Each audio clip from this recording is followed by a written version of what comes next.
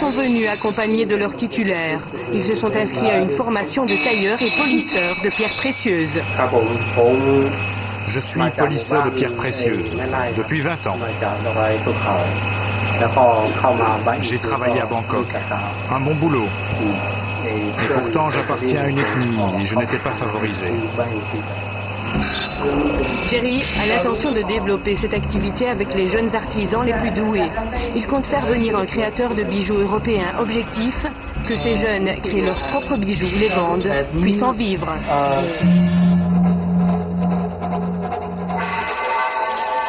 Et voici le seul élève qui vit déjà complètement de son art.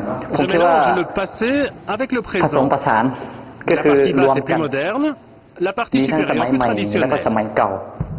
Winai a commencé il y a quelques années avec le projet céramique. Il est maintenant responsable de l'atelier, forme d'autres jeunes et vend ses œuvres. Pour le moment, je gagne de l'argent. C'est vraiment le métier que je veux faire. Alors combien les vend-il? 2000 à 3000 bahts, suivant la taille de la statuette.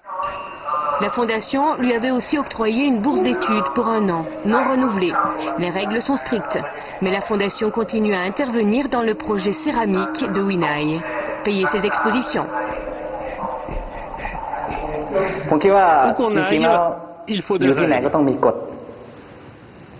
Jerry est dur, surtout parce que je ne travaille pas assez. Mais ça me permet de réussir. Satani Vitayu, ça veut dire radio, station de radio. Et ouais, ça se prononce ouais, donc ça se prononce pas ouais, ni ouais, ça se prononce ouais. Et c'est Satani Vitayu ouais, 94.0 à Chiang Rai. Jerry a une annonce radio à faire, il est déjà en retard. Un peu à la bourre, comme d'habitude. Le bâtiment de la radio, toute l'installation ont coûté l'équivalent de 80 000 €. Si le matériel est importé, la main-d'œuvre en Thaïlande est près de 10 fois moins chère que chez nous. C'est parti au départ d'une boutade, si on faisait une radio. Ensuite, c'est parti de ma visite à Bel RTL, et qui nous a donné plein d'idées. Et ensuite, on s'est lancé. Donc, on a eu pas mal de problèmes techniques.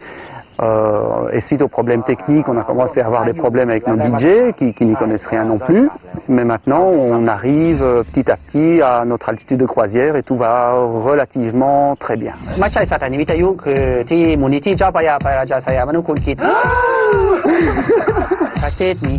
radio fête ses 6 mois de vie. Une fête aura lieu ici demain. Tous les auditeurs, porteurs d'une carte de membre, sont conviés via les ondes. Un rayon de 90 km² jusqu'au premier village de Birmanie et du Laos, tout proche. Ok. On a fini. Vous êtes animateur aussi? Oui, mais je ne fais pas d'animation tout seul. Donc j'ai toujours besoin d'un vrai DJ. Donc ici, c'est pas un DJ, c'est un directeur DJ. Et c'est on va dire un adulte, mais qui a encore un esprit jeune. Et donc, il convient très bien dans notre concept, parce qu'on a un concept jeune. Et donc, en dehors de tout l'aspect informatique, c'est lui donc qui donne les premiers conseils aux nouveaux DJ. Avoir des projets ambitieux, une radio professionnelle, du matériel sophistiqué, c'est bien. Mais ici, nous sommes proches du bout du monde. Et parfois, il faut faire de la route pour retrouver par exemple un animateur stagiaire vivant dans les montagnes.